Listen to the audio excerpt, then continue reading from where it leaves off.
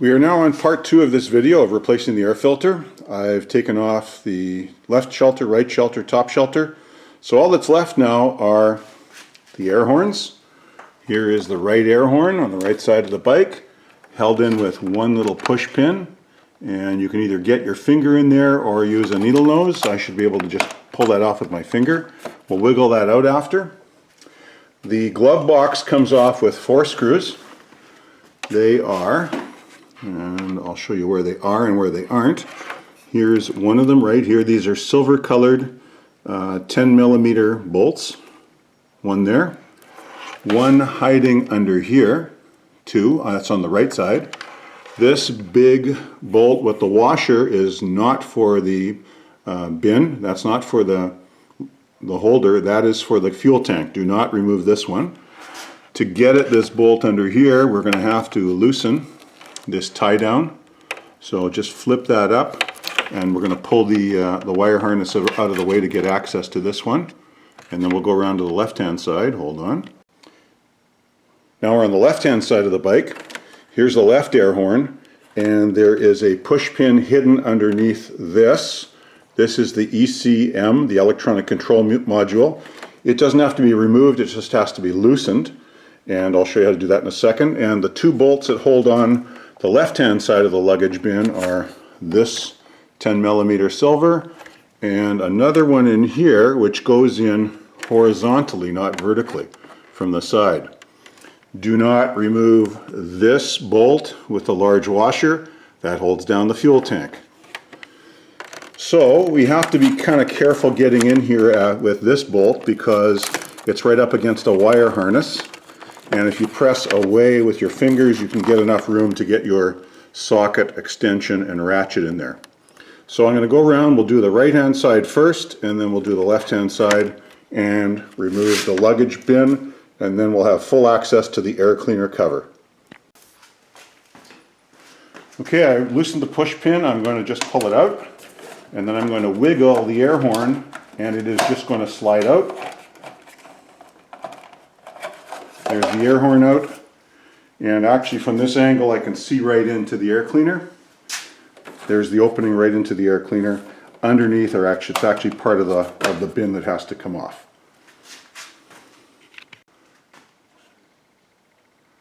If you get mixed up between the 2 air horns, you can see on the air horn that I've taken off on the right hand side the big R above Honda, so this is obviously the right hand air horn.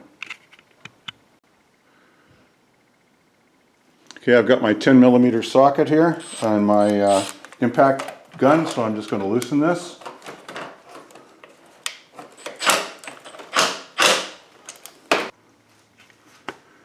I have a few of these. These are magnetic, I guess, screw holders for hardware and stuff.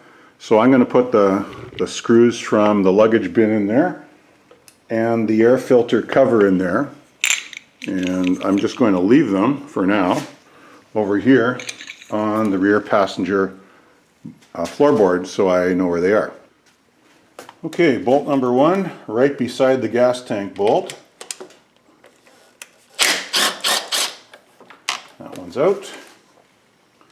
Next, before I take out the last bolt, which is the horizontal one, I'm going to remove, or loosen I should say, the ECM.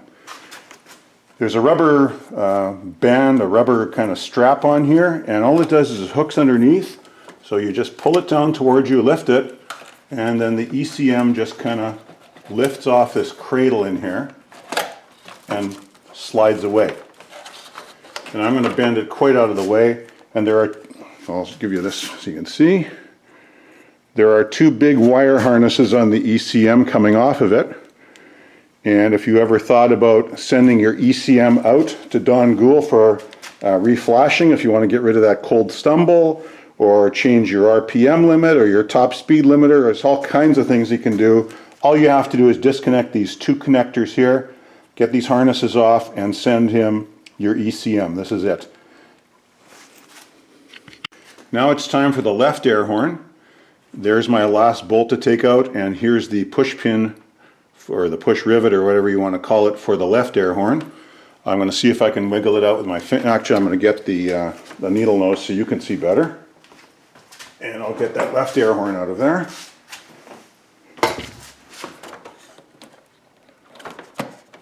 That just pops off. That's off, and again, wiggle the air horn and it just comes right out. I don't have enough clearance to get my impact driver in here on the horizontal bolt, so I'm just going to use my ratchet and socket on that. Line that up so you can see. There we go.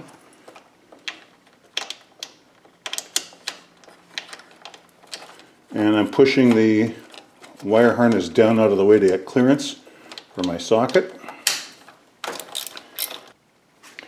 Okay, now it's just a matter of lifting up the glove box. And I'm just going to bend it out of the way here, just kind of let it hang to the left. Like so, there we go. And what we have left is the air filter cover now. Okay, we're now looking at the top of the air filter, which is right here, the air filter cover. It's this big black thing. There's one more item we have to pull off to take this cover off, so let me show you the cover itself. There's where the left air horn plugs in. Here's where the right air horn plugs in. And there are a series of screws with hex heads on them. There are 1, 2, 3, way down there. Get my light on there if I can. 4, 5, and I can only see 5. Over on the left hand side of the air filter cover, right by the screw under the air horn, is this sensor right here. This is the Iat sensor. That's the intake air temperature. You have a choice. You can take off the harness or you can just wiggle the whole thing out. That's what I'm going to do. I'm just going to wiggle this and the sensor itself just pops right out of there. That's it. There's the probe part of it. And that plugs into a rubber grommet. I'll move the handlebars over so you can see it better. There is the hole where it plugs into, right over here. And I've just kind of wiggled it out of the way. And that's critical that we reinstall that, so we won't forget that. I'm just leaving it sit, dangling right here. This is the intake air temperature sensor. Okay, now the screws on top of the air filter cover are next. On the back of the glove box, this is the back of it, so this would be facing the front because it's flipped not only upside down, but we're looking at the front of it, tipped over. On mine, there's only one harness coming over here to the baro sensor. That's a barometric pressure sensor, the air pressure sensor. On a full wing, there's a hole in here where you're going to have another couple of relays, and I know one of them is the reverse relay. I'm not sure about the other one, maybe a cruise relay. So you will likely have some more electronics in here. Now what I'm going to do is, instead of having this thing flop around unsupported, I'm just going to take a piece of wire, loop it around the handlebars, and support this so it doesn't put any stress on the harnesses. Okay, I'm about to take off the screws. That is a JIS thread on there, but it's also a hex head. So it's 8mm, so it's a lot easier the first time because these can be tight, and if you don't have the proper screwdriver, it's going to be difficult to get them loose. So I'm just going to use my impact gun with an 8mm socket on there, and much easier to take them off. Okay, I've got the 5 screws that were visible loosened. There are 2 more screws up at the top under kind of this splash guard here, and I will see if I can get you to see down inside there. There's one right there under this harness. You can see that shiny little screw. There's one there on the left side of the ignition, and one over here under the right splash guard, deep down in there. Okay, I'll move this splash guard out of the way and right down, straight down. Get my light in there.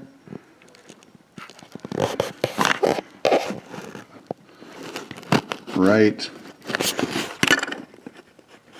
Get my light. Can you see? I hope you can see it. I'm shining my light right down on it. There's a screw right straight down here. There it is, right down there where my finger's pointing. That's the last one, that's the 7th. One quick note, do not expect these screws to be fully removed. They're captive to the air filter cover. They loosen, but they will not come out, which is great. So you can't drop them or loosen them. So Honda was smart on that one. So they're all loose now. I'm going to wiggle off, and I'll set the tripod back up and take off the air filter cover. Okay, time to just lift off the air filter cover now. All 7 of those screws / bolts are loose.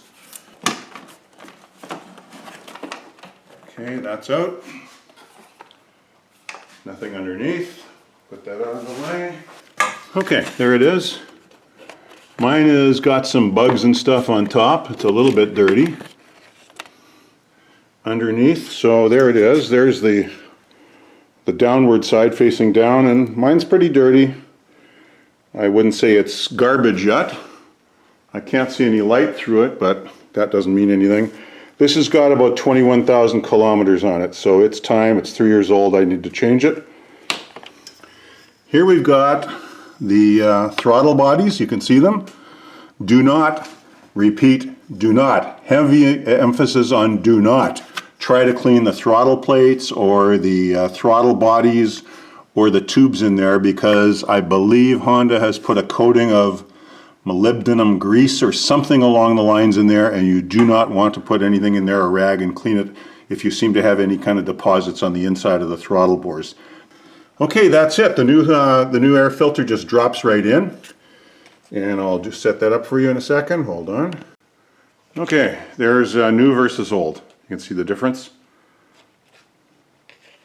Nice, clean, and lots of fluff and all kinds of nonsense on that. Looks like some seeds from some kind of plants or weeds or something. This, you know, a lot of guys wait till 20, 30, 40,000 miles before they do it, but I err on the side of caution. I go by the manual. All right, that's it. What I'm going to do is I'll just drop it into place. In terms of putting the new air filter in, you can see on the left side, the right side of the air filter, and the bottom are indents, and those line up with the screws. So you cannot really put it in upside down. Don't try to put it in upside down. You want the wire mesh pointing down and the red element pointing up, and you just drop it in. Make sure there's no wires going underneath anything. I've got a few wires that I have to pull out of the way, and it literally just drops in, and then the screws are accessed through those indents. There we go.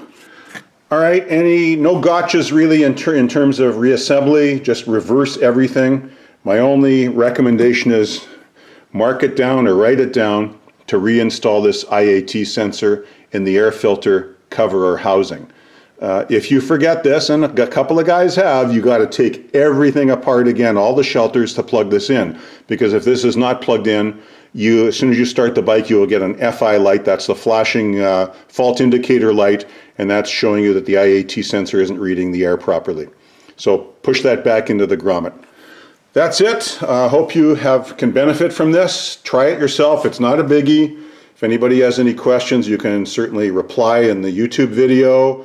I've posted some links on forums, so if you have any questions, please go ahead and ask, and I'll be happy to answer if I can. Bye-bye.